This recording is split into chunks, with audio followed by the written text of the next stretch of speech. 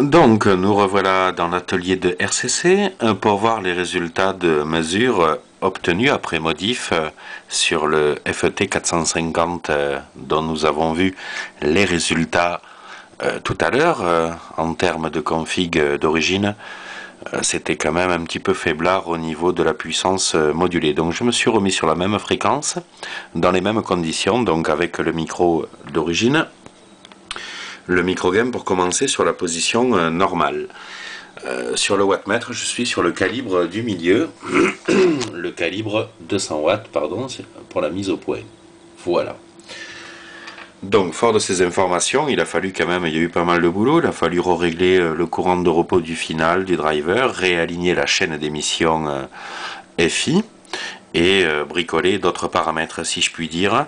Alors pour ce faire, il y a quand même quelque chose qui n'est pas pratique sur ce poste, c'est la fameuse prise RJ45. À ce titre, il a fallu réaliser un cordon spécial avec une RJ45 d'un côté et une prise Cinch RCA pour attaquer, pour me connecter à mon générateur BF en vue d'injecter donc un signal BF calibré pour parfaire tous les réglages dont je viens de parler. Donc pas de blabla des résultats. Voyons un petit peu ce que ça donne. Alors je parle toujours à voix normale. 1, 2, essai de modulation 1, 2, lundi, mardi et mercredi. Donc on voit que la puissance modulée est vraiment quand même beaucoup plus QRO que tout à l'heure. Hein. Je suis donc sur le calibre 200 watts, calibre 200 watts, avec le 450 modifié RCC. Alors vous voyez, pour un maxi à 110 watts, 110 watts sur le maxi. Donc ce qui est intéressant de constater, c'est que le poste ne manquait pas de puissance à proprement parler, puisque de toute façon la puissance était au rendez-vous d'origine à hauteur de 90 watts à peu près. Mais ce qui manquait, c'était surtout de BF, de modulation, de punch.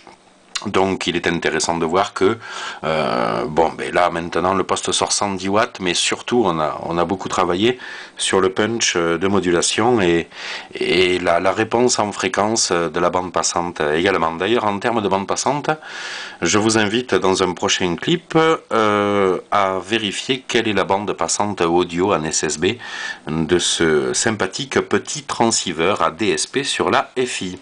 Je vous remercie de m'avoir suivi. Ah mais non, avant de partir, je vais quand même vous faire une démo. Excusez-moi, je suis pressé de vous quitter.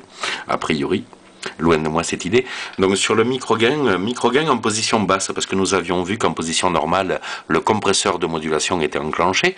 Donc là, maintenant, je l'ai mis sur low, le micro-gain, et donc j'ai débrayé le compresseur de modulation. Alors nous revoilà sur le wattmètre. 1, 2, essai de modulation lundi, mardi et mercredi.